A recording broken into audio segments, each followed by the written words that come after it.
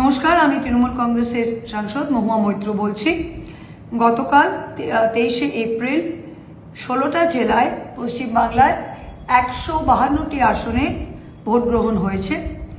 আজকে সকাল থেকে অনেকজন, কলকাতা বলুন, অন্যান্য জেলা বলুন, অন্যান্য স্টেট থেকে ফোন করে আমায় বলছে, আচ্ছা মহুয়া, তোমাদের ভোট ঠিক হয়েছে তো? আমি বললাম কেন? দারুণ ভোট হয়েছে, বাম্পার ভোট হয়েছে। বলছে না, বিজেপি সব জায়গায় বলছে যে ওরা নাকি একেবারে সুইপ করছে, 110-120টা আসন পাচ্ছে। আমি বললাম ওদের এটা কেন, এই কী ধারণা হলো বিজেপির যে হঠাৎ ওরা জিতছে বাংলা? বলছে না না, ওরা বলছে যে পোলিং পার্সেন্টেজটা খুব অস্বাভাবিকভাবে হাই হয়েছে তো, 92-95, তা এটার মানেই হচ্ছে যে ওরা সুইপ করছে। তো আমি বললাম আসলে দেখুন, শিক্ষার তো একটা কোথাও না কোথাও শিক্ষার তো একটা মান আছে, তো এইখানে গিয়ে তো বিজেপি ফেল হয়ে যায়। আমি একটা সিম্পল জিনিস বলি যে এই হাই পোলিং পার্সেন্টেজের পেছনে রহস্যটা কি।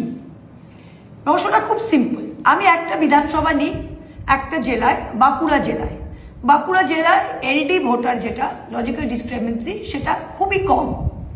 তা আমি বাঁকুড়া জেলার একটা 254 নম্বর বিধানসভা বাঁকুড়ায় ওন্দা কনস্টিটিউন্সিতে যদি আপনি দেখেন, সেখানে একটা বুথ আছে 119 নম্বর বুথ।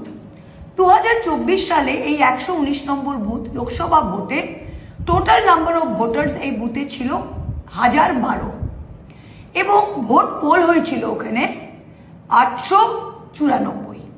তার মানে পোলিং পার্সেন্টেজটা কি? 894 ডিভাইডেড বাই 1012, 88%। এখন 2026 সালে কি হয়েছে, ASDD absent shifted dead and duplicate ভোটারদের সারা পশ্চিমবাংলায় 60 লাখ কাটা গেছে। তা বাঁকুড়া জেলায় গড়ে প্রত্যেকটা বুথেই 9-10% করে কাটা গেছে। তো এই বুথে 1012 টোটাল ভোটার থেকে 894 টোটাল ভোটার হয়ে গেছে। আর যারা ভোট দিতে গেছে সেটা 854। তার পোলিং পার্সেন্টটা কি হলো? 854 ডিভাইডেড বাই 894, 95%। অথচ টোটাল নাম্বার অফ যারা লোক গিয়ে ভোট দিয়েছে সেটা 2024-এ ছিল 894 আর এখন হচ্ছে 854, মানে খালি 40টা ভোট কমেছে। আর টোটাল নাম্বার অফ ভোট সেটা 1012 থেকে 895 হয়ে গেছে।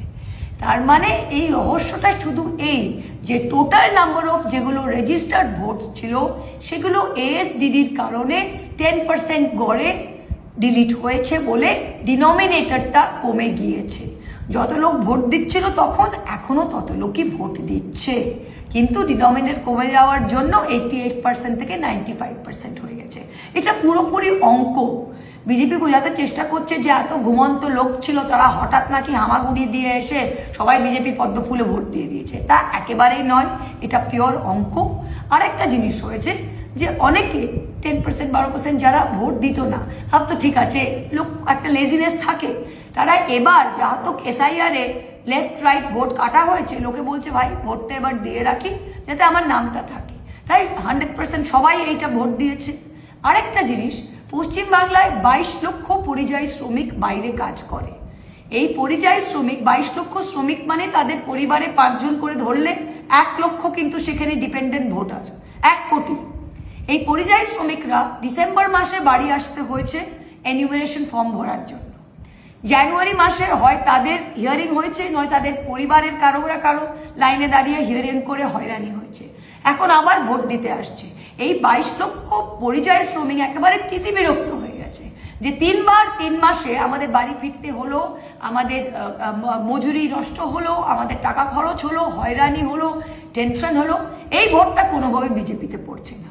তাই আমি আপনাদের বলতে চাই যে আমাদের খুব ভালো বাম্পার ভোট হয়েছে এবং বিজেপি গতবারও মুখ থুবড়ে পড়েছে, এবারও মুখ থুবড়ে পড়ছে। ওরা এই হাওয়াটা কেন তুলছে?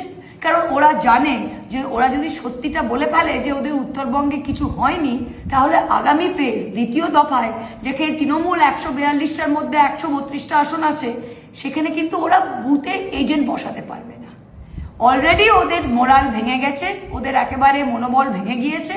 সেখানে যদি সত্যি প্রকাশ হয়, তাই জন্য বিজেপির নেতারা সবাইকে বলে বেড়াচ্ছে ঠিক লোকসভার মতো 400 পার কি হলো, 240-এ গাড়ি আটকে গেল, এবারও 50-এ গাড়ি আটকে গেছে।